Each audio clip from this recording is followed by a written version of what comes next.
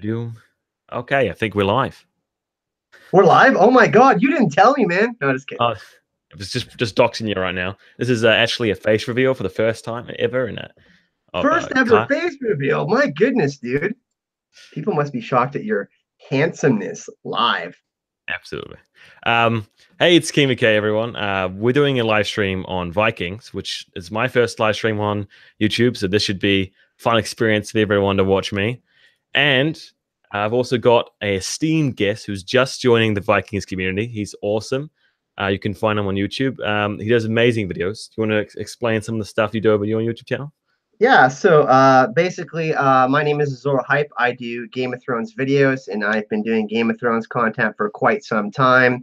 And I've been a fan of the Viking show. I stopped watching it for a little bit because I got super busy with work and the channel. But you're the one who convinced me that it started to get really crazy midway through season 4, and kind of with the raid of France and whatnot. So I did my first ever Vikings video on my channel today, and I'm really excited to be here. Me and King McKay met at Con of Thrones, and yeah, we've been talking about Vikings and possibly doing a podcast, and we're here right now. Yeah, the Vikings video is in the description of this live stream if you guys want to check it out. I'm sure it'd be awesome. And he's only just posted it, so hopefully it doesn't get taken down by the YouTube gods. And But cheers to King McKay, his first ever live stream. I've got the skull horn here. Skull to King McKay. Long live the King McKay. skull. He's got a water bottle. I'm not an alcoholic. So this live stream is going to be about 5 things we want to see in the premiere of the next season of Vikings. So we've got some interesting talking points. We'll go back and forward. I'd love to hear all of you guys' thoughts in the chat as well. This is going to be more of a discussion than a authoritative stance on what's going to happen. I thought we'd start off with what I think would be really interesting scene, especially for all the Ivor fans, is him losing his shit after he doesn't manage to capture Lagertha and Hickman. What's your first thoughts on that, Kyle? Well, me and you talked a little bit about this privately, and there in the beginning of when we saw Ivor, obviously, the first time we ever saw him, Ragnar actually wanted to kill him and bring him to the forest, and thought that he wouldn't survive in this Viking culture. It's a very male forward culture. Even though the women, they're shield maidens, and women take part in battle, and they're more included in farming and other things. It would be very difficult for Ivar to have survived. Now he's always had a sense of innocence to him because he always thought of himself as less than his brothers, but that's really changed because he's been empowered by the words of his father to be ruthless. So we're really starting to see that really take shape in the show, and that's man, the actor who plays his character, Alex, is absolutely amazing. He does a fantastic job, especially with his with his emotions and his face and his eyes, especially. But I think it's going to be really interesting. I think we're going to see. I was talking to you earlier about Mad King Arthur, very much like an Aerys Targaryen in Game of Thrones, someone that's become so intensely obsessed with one thing that it consumes him, and he alienates the people around him. And not to say that he becomes a different person, but he really changes in different ways. So I think that obviously Bishop Hedman, he was very fond of him because he saw a great fighter like his father, and kind of that, obviously the relationship that Athelstan had with Ragnar, kind of the beginnings of that, and it really didn't go the way that he thought. Yeah, and that betrayal from Hickman is definitely going to be the catalyst that makes him a lot more paranoid than we've ever seen him before in the show. Like, that's something I'm really looking forward to, because whenever we see like dictators, people who are kind of like striving for power, someone who's quite ruthless, they have to kind of separate themselves from loved ones and peers and everything just to make themselves protected, because they feel like if they have any vulnerabilities, they'll be exploited, which we do see happen a lot. So like he's going to get more and more isolated. And especially for Ivar, I mean, Ragnar even told him, "You will always be underestimated because people see you physically." And it's really interesting. The first time we see them back when they're hunting, and Bjorn goes to visit them, and they're all having a drink and they're talking. Ubba talks about how he didn't really want to know as much about Ragnar's battles, but why he chose to make these choices in his mind. And I think, we obviously, me and you are going to talk a little bit about Alfred after, which we think is going to be a huge character in the second half of the season. But that game of chess foreshadowing another England versus the Kattegat Norway showdown again. So I think that Ivar has understood that he has to use his mind kind of like a Tyrion Lannister, because he can't accomplish some of the things in battle that a Bjorn or Ubba or Hvitzir can take down. We've always seen his strategy being like he sits back on the hill and he commands his troops, and he does like to go in, but he's normally not the first one charging in. He'll sit back, make a few maneuvers, make sure the whole battle is going the way he's planned it to go, and then he'll absolutely destroy them. And that's something we'll see with Alfred coming in, because we know they had that chess match. I think it was season 4, and Alfred technically won that, but it really showed each other that they both have really good strategic minds and they're thinking about things way in advance. And Ivar may have lost that first battle with him in the chess game, but Alfred's in a weaker force and he's new to the game. So hopefully, when I'm thinking that if Hitman betrayal makes him want to go back to England because he feels betrayed and paranoid about that, and he wants to go kill him because he's crazy, man, that will be like the thing that joins them back together, Alfred and Ivar, so that they can actually have that long-awaited second duel. And the first few bouts, I think, will go probably to Ivar, but I don't think it will be like a defeat. It'll be more like he'll take a few things, and then Alfred will realize he's back, and then we'll get to see the real 4D chess game be playing out. Now, one symbol you brought us something that was amazing. One symbol that is very prevalent in Viking culture is the Ouroboros, also the circle or the figure 8, the dragon eating its own tail. And we see people wearing this symbol.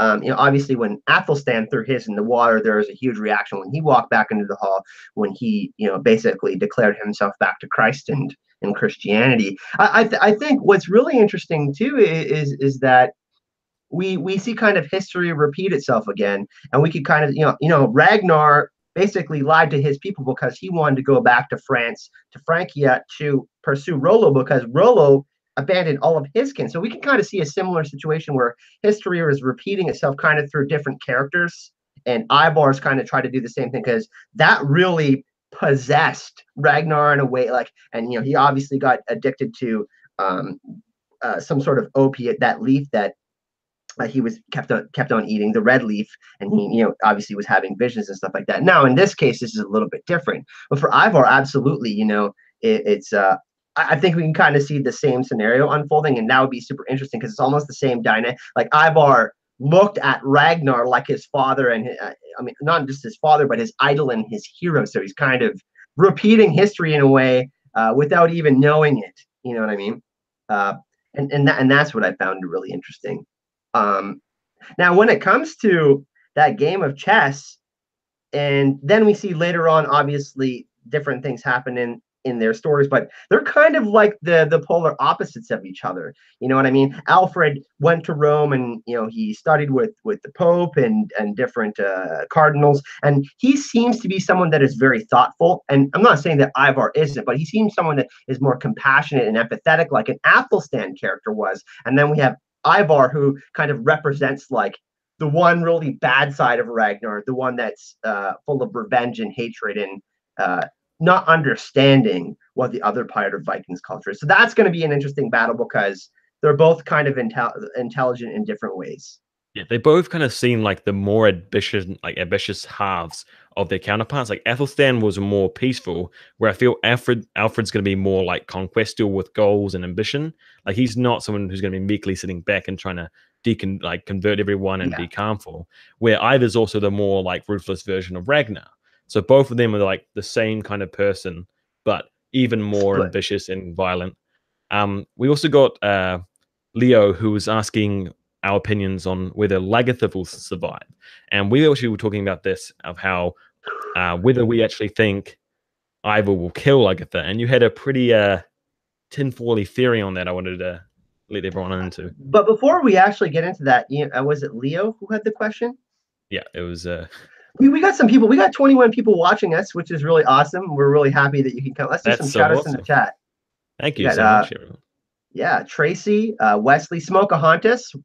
We were chilling with her at Con of Thrones. Nice to Yeah, see you, Nicole. it's great to meet Dipper, you. you want to shout out some people there? We've got Old Stones, Tracy Brown, of course. Of course, Leo, who asked us the question, Yeah, Leah. Um, and anybody else that isn't commenting and watching. If you guys want, feel free to join the conversation. Everybody is welcome. We're just yeah, having a blast. we're just trying Um, something out here, so it's going to be a bit more informal, and I would love to hear what you guys think. But this tinfoil theory, I really want to yeah. you expound Okay. on this. So check this out. Now it has. I hope everyone has saw the trailer. I don't want to spoil anything for anyone, but if everybody saw the trailer, there's obviously the battle with the fire going on. But the big part in the trailer is Ivor. His face is all painted, and he's dressed up, and he's ready to make a sacrifice. Now in the video, we can clearly see someone. If you pause it, you can see someone with the bag over their head, and there's blonde hair coming out of the sack over her head. Now, what if Lagertha is slipped out by someone like Bjorn or Uba, and Margaret is the one that is sacrificed? Someone's going to force his hand because Ivor is someone that is very reactionary, and he decides to kill her with the bag over her head, and then they reveal it, and it's actually Margaret and not Lagertha. Now, this would cause a chain reaction of things going down. One, he would be upset. Obviously, he would be infuriated that it was not Lagertha because he wants revenge for his mother, Oslog, Queen Oslog, because Lagertha killed her. Secondly, Uba, who is protesting basically against the ways of Ivar, would be even more upset. But then he would, if let's say Bjorn sneaks his mother out and puts Margaret in there, that would pit Bjorn and Uba against each other, I'm sure, because even though Uba is with Torby, now it seems like that would still upset him because he still has love for Margaret, I'm sure, because they've been together. So if that happens, because I don't think it's going to be so easy to get rid of Lagertha. And King, you were the one who mentioned this to me. In actual history, Lagertha dies of old age around the age of 80. Yeah, So I don't. It's not always accurate in the show, and I want to say this, that me and King are by no means experts on all of the yeah. history. So if we get something wrong, please correct us or let us know if you know something that needs correction. But I think there could actually be a little twist, because and then that would send things into a chaotic spiral, because then obviously Ivar would go on the hunt, and there would be everybody would be fractured, and then it would be Ivar would be embarrassed, and then Rollo would be like, no, I don't want you to kill Lagathar, Bjorn. And there's all sorts of so many components that go into that. I think it's tinfoil. I think it'll probably still be Lagertha under there, and it won't happen. It won't go down. But that would be something that's interesting that could kind of cause the chain reaction that we might necessarily think of. Yeah, that's like something really interesting. The series has constantly kept like hooking us on with this whole like more and more building evidence. It seems like Lagertha is going to go down, and then there's this history aspect of her like surviving into her 80s, and it's like, what's happening here? Are they going to just like have all this built up tension and bigger conflict just to like not give us a resolve? So that's something I really want to see Vikings kind of like just throw us a giant random surprise or tinfoil theory like that would be just something I'd love to see. Like full on, you know, absolutely no pussyfooting around it. Just go for it. Destroy our hearts, kill Lagertha, change the whole scene. But one of the other things I really wanted to see from Ivor before we go too far into this was all about Rollo coming back in. We saw him on the boat. He was coming back in, and he's a big character, and he's got lots of influence, and he's got all these men there. And we know Ivor hates other authorities. He couldn't even deal with Uber or dealing with any of his own brothers, let alone his uncle. He's like hardly ever met. I don't think he's ever met him.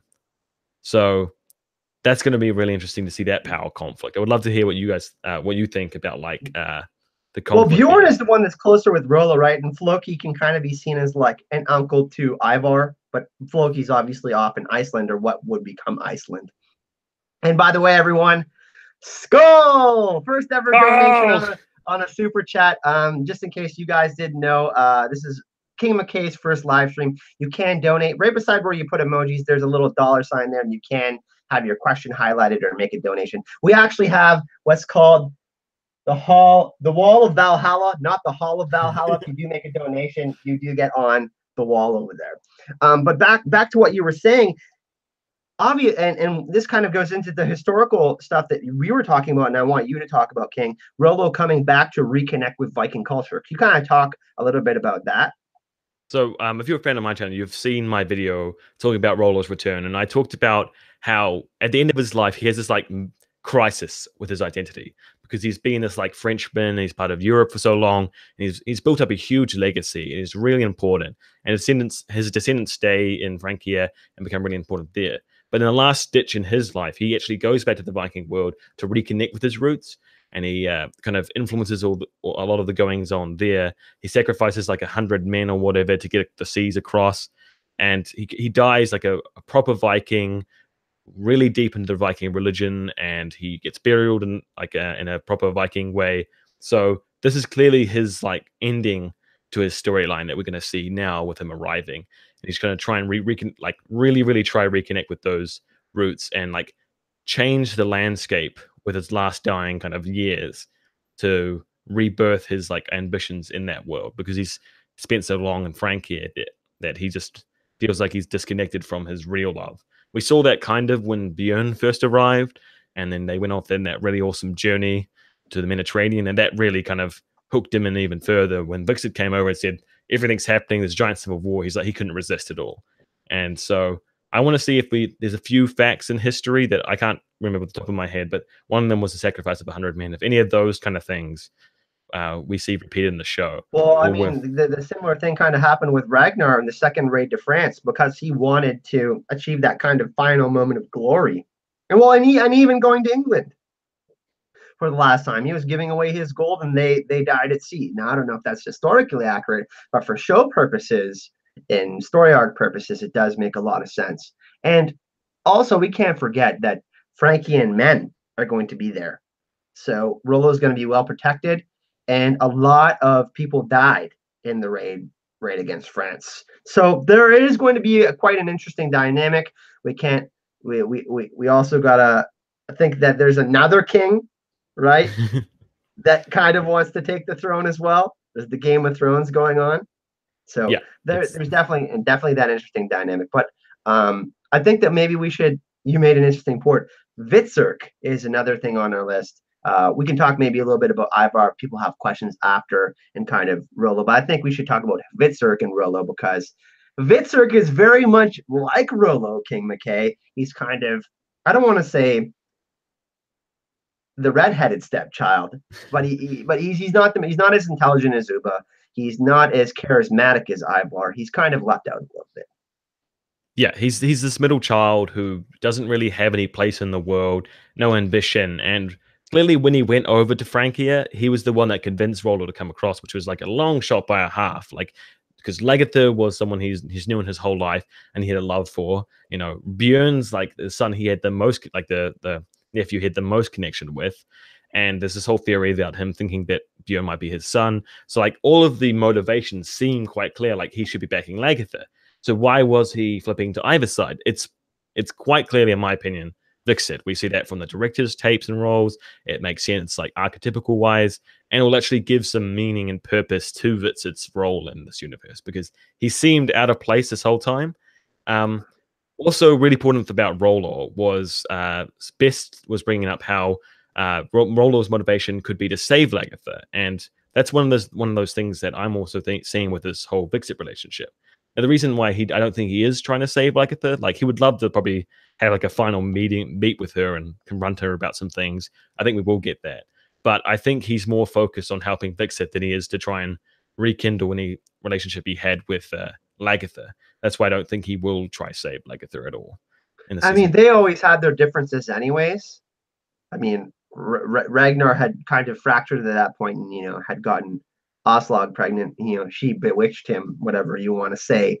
But at that point, their relationship, I don't. I mean, they never stopped loving each other. Obviously, they had children together, and they had been together for so long. I don't think you ever lose some love for someone like that. But I mean, obviously, Rollo was quite jealous of Ragnar for quite some time, and I think he desired Lagertha in some way.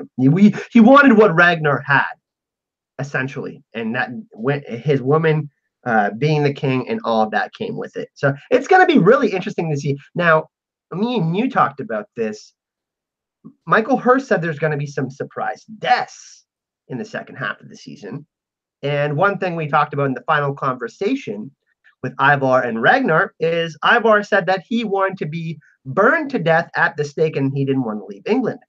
Well, we got a little bit of a history lesson for you here. Vitserk, that was his actual death. When they went raiding in England, he ended up losing, his force got decimated, and he has to be burnt at the stake. And that's actually how his historical character or person died in history. So Yeah. what do you think about that? Maybe could Vitserk maybe be a casualty? Because he is a main character, but he's not as important as Uba and Ivar, who I think are kind of going to be against each other. Yeah, that is a really interesting comparison, and I think it's probably not going to be this season. Maybe season 6 we'll be seeing like some sort of like even alluding to Ivar dying, but that would be a really interesting way of Vic said, closing out, because I do want to see this relationship with Rollo grow, and there is potential for him to be this really awesome new character that joins the fray. But like because we haven't got any of that foundation quite yet, they could kill him, and it wouldn't be too much of an upset for all of the the thing, like the entire storyline, everything, because he is pretty unimportant. And we saw him like talking about he was like leaning on like a post over a wall, and he was like wondering what his role in the world was out loud to the gods, and then the arrow like flies right by his head, which I thought was a pretty cool foreshadowing that like he might die. He's like, what's my role, what's my future, and then he like, almost gets killed. So I would love to see a new interesting way of character dying be brought into the fold, as like a something we haven't seen before. And I think that killing Vitsit off in that way would be really cool to introduce that method of someone dying to the show, so that if Ivar does end up dying that way down the track, we have some kind of precedent for it. Now, me and you were talking about how we think that they're going to end up in England and there's going to be another raid in England, the final part of the season. And, King Harold is obviously still in the background, but going over there and out, King Harold, why I reference him is because they remember how they were burning people alive. I think that, Alfred, he's a pretty intelligent guy. He listens to people, them getting wind of that. And I don't know if they would, necessarily do that because they're Christians and they're a little bit different, but maybe they could return the favor and something interesting could happen that way. But I do think it is possible. It is a wild card. I don't see him becoming king or anything like that, but he certainly could become a bigger player and more interesting. I don't necessarily think politically he knows too much, but that doesn't mean that Rollo couldn't teach him something that and he couldn't insert himself into the game and become a bigger player. Yeah, I just saw that John Haymaker said was asking when we thought the new season was going to come out. If we know it, we're going to make 10 videos on it. So you'll find out as soon as we know that release date comes out. We also brought up someone knows you from Fucking Chickens. What's up? My old channel, yeah. Yeah. And he said, fuck Rollo. So he's not a fan of Rollo. I think I'm not either. I'm not a fan of the Viking culture to begin with, but that was kind of shitty of him to kill his own people. Yeah. Like from the very start, like the very first episode, they made it very clear that Rollo is not a good dude. Like he raped a slave on the first episode. I'm like, oh geez, what show am I watching? This is supposed to be the one of the the follow main people you follow, and I think that's one of the things that kind of draw a lot of people in, because you're backing these characters that like no one is doing good things here. Like no one's like the good wise, like maybe Athelstan was like a actual good, nice, good person with like more modern standards, but like most characters are pretty like brutal and barbaric compared to our standards. And you talked about, being able to root for both sides. Obviously, there's not a clear winner, but putting ourselves like in that time period, trying to understand the culture. You made some really good points about that. Yeah, so I think we should move to something I really want to see more of is Upa. He's a character that we've been like a lot of development, but not much has happened with him. Like his character's been built up, his relationship's been built up, his like goals and motivations. He's been in lots of scenes, he's got lots of dialogue, but he's done nothing really. He's kind of sat around and fought with other people's plans. So maybe this is the season that we see him come into his own. And you had a few things you told me about his history that could be quite interesting if they integrate that into the show. Yeah, he actually became a king of Middle Francia, and we know that Rollo is the Duke of Normandy. So uh, one thing that we haven't talked about is the seer and how all the characters go to the seer and they try to see their futures. And one thing that was foreshadowed when Margaret went to see the seer, he was very sick at the moment, like he was sick from whatever was going on with him, maybe eating too many hallucinogens to get his visions. But he basically implied that he wouldn't be king of Kattegat, and then he kind of shooed her away. But he didn't say that he wouldn't be king somewhere else. So I think that it's quite interesting, and it has been talked about, and it is directly mentioned that by Lagertha that Ubba looks like a young Ragnar. And one thing I think that we should take a look at too, that is strict foreshadowing for me, is Ragnar's color of eyes. Ivar has blue eyes, and so does Ubba. But they both had an eye injuries, and that signifies Odin, which is the All Father, one eye, sacrificing an eye to get your third eye opened, essentially, or basically enlightenment is how we can kind of decipher that. But his eye is blue, and Ivar's had the red ring around it.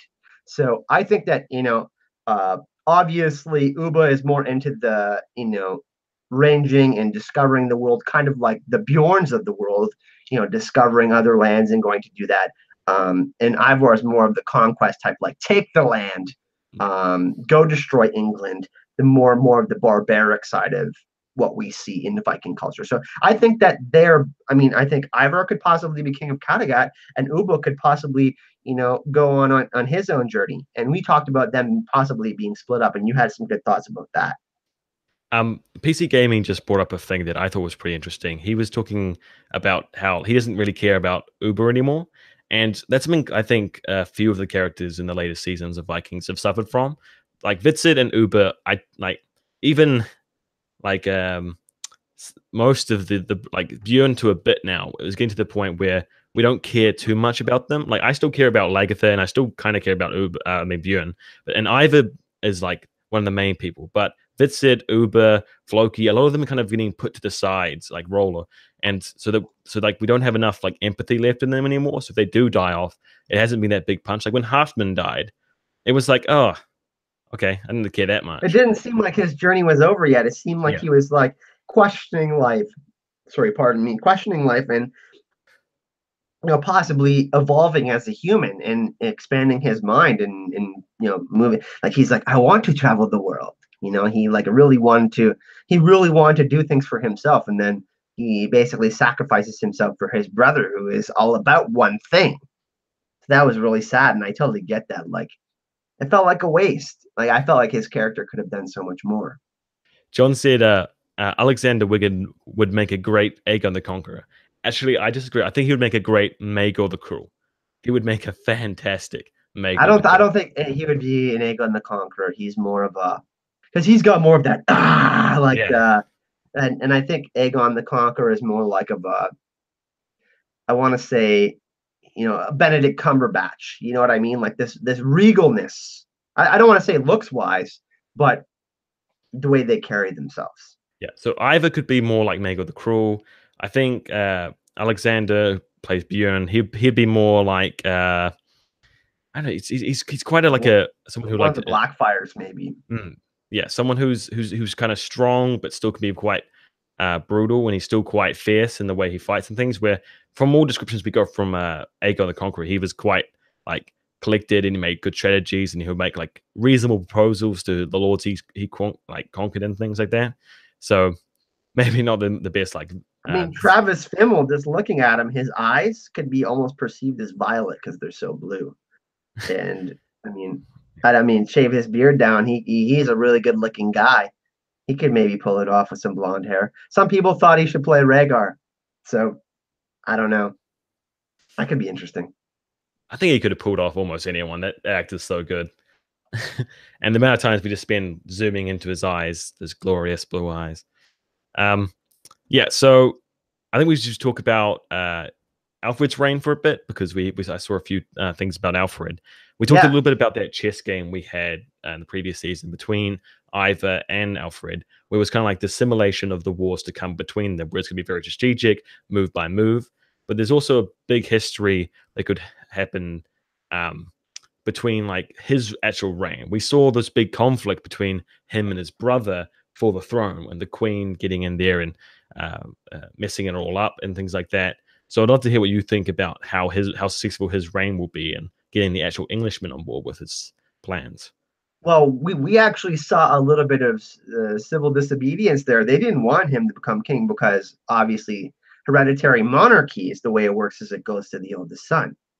And we obviously saw some maneuvering there, and that didn't quite happen. So I don't think it's going to be as easy as we think for Alfred as well. I think that we're going to kind of see parallel journeys for the both of them in the season. I think that's how they're going to portray it. Like Ivor is going to have some trouble being king or ruler, or at least with his own power. And I think that Alfred's going to have the same problem with his brother. Yeah, And I don't think it's because people don't have respect for Alfred. I think it's because people have a respect for it's Ethelwald, right? Ethelwood. Yeah, Ethelwood's no, Ethelwood. Ethelwald's son. It's Yeah, Ethelwolf, right? yeah, Ethelwolf. So I hope we're getting this right because we haven't seen a ton of this guy. So he has been great in combat, and he's been his father obviously died by a bee sting, but he's been with the men fighting, and he was fighting against I believe was it Vitzerk, but he was fighting in the streets, and he almost died. And he took an arrow, and they got him out of there because the line of succession obviously. King Aethelwald knew if he died, he was the next one in line, right? So he yeah. needed to get him out of there. And he wasn't doing any more combat after he got disarmed anyways. He wasn't going to be maximum efficiency. But that's part of the thing that you told me about. You're like, wow, like I think there's actually going to be this not not civil war, but there's going to be this kind of split between him and Alfred, even though Alfred is king because of the respect he's gained actually fighting in wars. He took an arrow to the knee. Yeah. So Skyrim, yeah. yeah. Him, like, he's clearly like the alpha. He was Adolwulf's favorite child. He was trained with him. He has all this like motivation behind the men and the lords back him. He's very simple. He's like a combat king, so he's very charismatic. And so it seems like Alfred is this like kind of like seedy, not quite legitimate to the ear, backed by the queen who has like this like incestuous, not like incestuous, like weird, like promiscuous relationships. She was like flogged in the streets. She doesn't exactly have the best record when it comes to like a queen and like moral authority. So it will seem like this kind of, especially in those days where like women in England weren't viewed nearly as highly as men, and she couldn't even learn to read or whatever.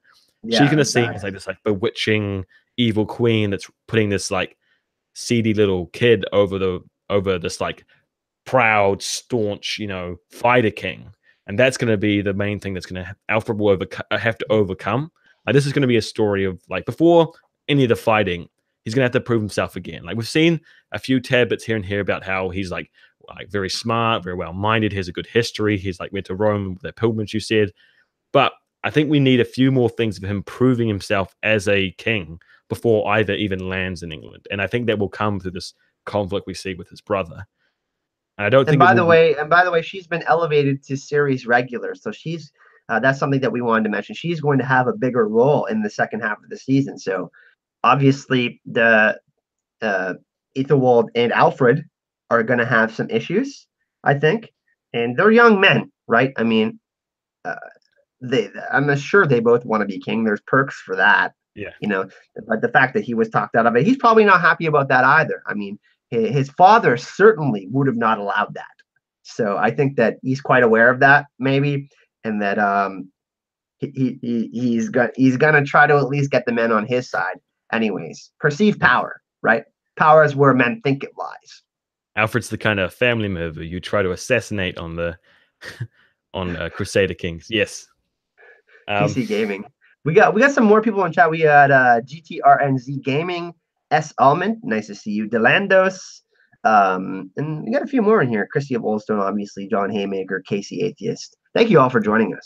Yeah, he just asked whether we think Roller will return to Francia. No, we've talked about this earlier. We think that his whole life and storyline will wrap up in the Viking world, or Scandinavia, Norway. I don't think he will come back at all. My S- friend from my hometown's in here, Bush Trek Bush, another YouTuber. He does hiking videos. Welcome, my friend Jordan. And where should we go next? It is good to be king. Skull. Score. Let's move on to Floki sacrifice because someone brought that up, and I said we'll bring it up in the end. So Floki's this will be like the last thing we'll talk about, and then we'll wrap this up. But Floki sacrifice, it's going to be quite big because he's a character I've loved from season one. He's kind of fell off a little bit in the last few seasons, but he's still crazy, still has his weird little speeches. I've loved him for the last like 5 seasons, so it will be really big if he dies. And there is an opportunity from history to actually like change the whole ending and not him like die, but something else big happened there. You talked about how you heard something big was going to happen in Well, Iceland. Michael Hurst said that this particular storyline was going to have the biggest payoff out of all the storylines, and it's going to surprise us. So I'm really wondering what that could be, because Iceland doesn't have terribly great farmland. We know that Ivan guy, I don't particularly like him as a character. I think he should just be killed off, in my personal opinion. I'm tired of looking at him. But I'm really wondering what this all means. I mean, is this going to be used as some sort of ground to train new soldiers? Is it going to be a new establishment? Yeah, What's going to go down? And Floki going back. I mean, how did Floki die? Is he going to die in Kattegat? I haven't looked into Could he his be a death at all. sacrifice? Could he be a sacrifice? Would he sacrifice himself to Ivar? Would he He do is that? that much of a friend of Ivor that I think he would. Like if he went back, like and if Ivor asked him to, I think he would, right? Like, cause he's like at that point in his life where he's pretty suicidal already. He's like offering himself first up for sacrifices. He threw himself into the sea. He's lost almost everything. And if this Iceland thing doesn't turn out, that will break him even further. So like that would be a really big twist, and that would be a payoff and a half. I would be really cool to see. We What talked does the about chat? Um, chat if you've think, got yeah. any 10-4 theories, make sure to tell us. Go ahead. Well, we were talking about the hero's journey, the 3 act storytelling that you see within most movies. The Matrix, you see it. Obviously you see it in Marvel movies, and we see it within Game of Thrones, and obviously Vikings. I'm not saying that Floki is a hero, but his own hero's journey, his journey, the 3 act storytelling that you got, he's kind of in his third act as much as Ragnar is. Like, I mean, we heard Ragnar talk about he didn't like raiding as much anymore when he's on the rooftop and they're eating the leaf again and everybody's celebrating in the hall and they're he wasn't as satisfied with everything that was going on in life, and he had everything that he wanted essentially, but he didn't have his revenge. So for Floki, it's a little bit different because he lost his wife, he lost his child, his new idea didn't work out. But I could see him end up as the seer, and that's actually your theory. Yeah. Because the seer was sick and he can end up as kind of one of those characters. But I don't really know where, like, I'm a little bit confused by this storyline. And Michael Hurst has me really intrigued by that comment that this is going to have a huge payoff. Like, what's Floki going to do and what is Iceland going to do? Because there's literally nothing there right now. I mean, there's a couple of intriguing characters, but I mean, other than that, I really don't know what's going to go on with this chat. Enlighten us, please. Let us know. So Delandos, he said the gods are real in the show. Floki will die, and we will see Valhalla. Now that's making me think. When we saw those big like gate things that were gold, and Ragnar like was stepping up into them, kind of when he was in mid-death area, and it was this big kind of like reveal of Valhalla. It'd be so awesome that if Floki does die, right, we see like this dreamlike state where we know that Travis is coming back for filming. That perhaps Oh, they meet up at the steps and they walk together into Valhalla. That would be like mind blowing, fantastic it would payoff. it would be really sad because it is confirmed that he did do some filming. I mean, I don't know who he could see other than Floki, and me and you talked about, this seer type of component. And Floki's been kind of like the Bran Stark of Vikings, the one that's connected to the supernatural elements, uh, more so than anyone else. So I think you're right on the money there. If Floki does die, that would kind of be appropriate, that because he really loved Ragnar. and I think Yeah. ultimately, that would be kind of a satisfying end for him, I guess. I would still be really sad, but that would make sense. What does the chat think about that? Um, do you see any of the like Iceland characters becoming key characters in like the Kattegat and whatever? Brown, what's his name? Longnose? I can't remember his name. He used to be a Canadian wrestler named Edge. His name is Adam something. The big guy that's been interacting with Floki. I think he's considered to be a great fighter. And Lagertha calls him out before they leave. I can't remember his character's name. I apologize for that, but I think he's actually gonna have some potential to make an impact. Ivan, I don't know what's up with him, but he's just really a really shitty character in my opinion. I don't know. He just has done nothing but be entitled essentially. Yeah. See you later, Casey. Yeah. So I think that's like a really good way. We've got a few different ideas of way that they could wrap up that Floki storyline. He's such a big character that they can't really, they can't afford to mess it up. Otherwise, they're going to lose a lot of fans because he's so important. And I've always talked about in my videos how I see the next generation of Vikings characters kind of becoming more and more and more like the sons of Ragnar, and the ones we saw in the first generation kind of fading down into the recesses of like we saw Ragnar's already died. Rollo kind of went off to his own thing in Frankia, and he'll close out his storyline here. If Floki kind of passes on and then Lagertha kind of goes off to nothingness, then we'll see this whole transition fully go from what we know the characters were in season one to this new generation that will carry the war into Alfred and whatever going forward. Did you have any other closing statements you wanted to talk about? Yeah, this has been really fun. Obviously, this is the first time that we're ever doing this, and we talked about this for a little bit. So hopefully, all of you enjoyed this. I think we're gonna try a different format next time with the OBS and some overlays and stuff like that. But for the first time, we kind of wanted to see if this is something that all of you would like to see more of, and I don't necessarily know if we would do this every week, but when the Vikings is back, it's something that we would want to do maybe even a couple times a week on each other's channels. And we really want to know if this is something that you would like to see more of, if you like this format of video, because we love discussing things like this. There's really so much to talk about. Like we can do specific character storylines, talk about some of the predictions that we have for the season. But yeah, this has been really fun. I'm going to be doing Vikings content on my channel. You have a ton of crazy, awesome videos on Vikings, and it's King McKay's first ever live stream. So yeah, honor to be here. Yeah, so make sure you guys all check out Azor Ahype. He is absolutely awesome, and he's putting out Vikings content now, so we can see all of his Actually thoughts. uploaded my first video about Ivar the Boneless like literally 10 minutes before we went live on air. Yeah, we were in the freeload up, and he was like, "Ah, damn, we're gonna upload it, put the titles and tags and everything." So make sure it's in the link in the links below his channel, that video. Go check it out. He's awesome. I trust me, you'll love his whole channel and everything. Also, I'll be doing more Vikings content as well, and I'll make sure that Kyle keeps me accountable for that as well. I can't just ignore you all.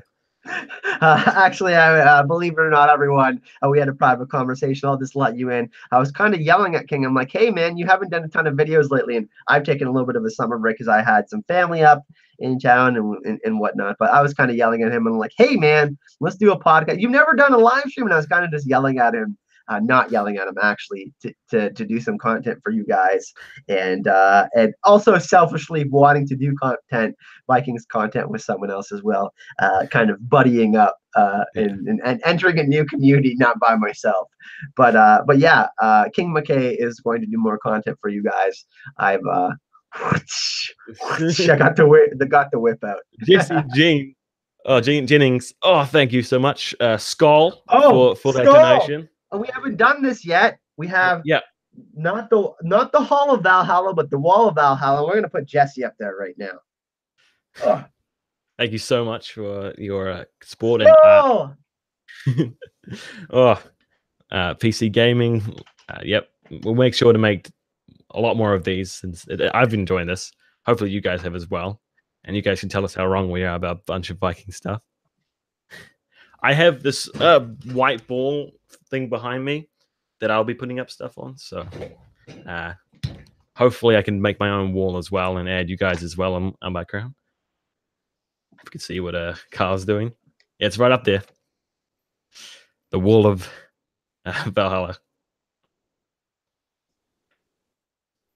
Hey, And we are going to be doing some giveaways for the podcast. Like I said, if this is something that you want us to continue doing, let us know. King McKay now has Patreon, everyone. I've been bugging for him to do this for a while. If you guys don't know what Patreon is, did you tell everyone while I was away, King? I'm not repeating this. no, I haven't. Okay, so Patreon is basically, you can sign up to Patreon, and basically what you do is it's a subscription service. You can pledge $1, $5, and upwards, and basically it helps out content creators like King and myself who are, trying to go to special events and grow our channels and get new equipment and stuff like that, and make more better content for you guys. But in the description of this video, Patreon is all set up. I've also been yelling at him about this, and we will be doing some giveaways for our upcoming podcast, and it's pretty sweet. It's a necklace. It has a Vikings Severe token, the Odin's cross on it. So hopefully we can start giving away some cool gear for you guys. Maybe we'll get a horn to give away as well. Yeah. If you guys donate to either of our Patreons, because he's got a Patreon as well, he's got awesome rewards in there. Either of us or both of us, if the sport's like what we're doing and helping making videos for this entire community, we just want to put things into so we get better production and we put out more live streams and videos, everything just to get hype coming for this awesome community of growing community of Vikings fans, because Vikings is a show I've always loved since I think it was 2 years ago. I binged through everything they had. You're new to it, Carl, but he binged through everything as well because it's just so good, and you guys know this as well. So if you can support us there, or that'd be awesome. And there's bonus content and rewards. So if you sign up, it's not like you're not getting anything. We're going to be doing bonus podcast episodes only for patrons and stuff like that. So there's going to be, when you sign up for Patreon, it's not like you just sign up and give us money. There's all sorts of rewards, like early access to content and stuff like that. Yeah. Thank you all so much. I think we'll close out here. I'm going to steal your outro. Hype and love, everyone. Make sure to check out Azor Ahype. He is absolutely awesome. And we definitely will be trying to organize another one of these as soon as possible. So, love you guys all. Hype and love. Let us know in the comment section what you guys want to see next. Yeah. See you later.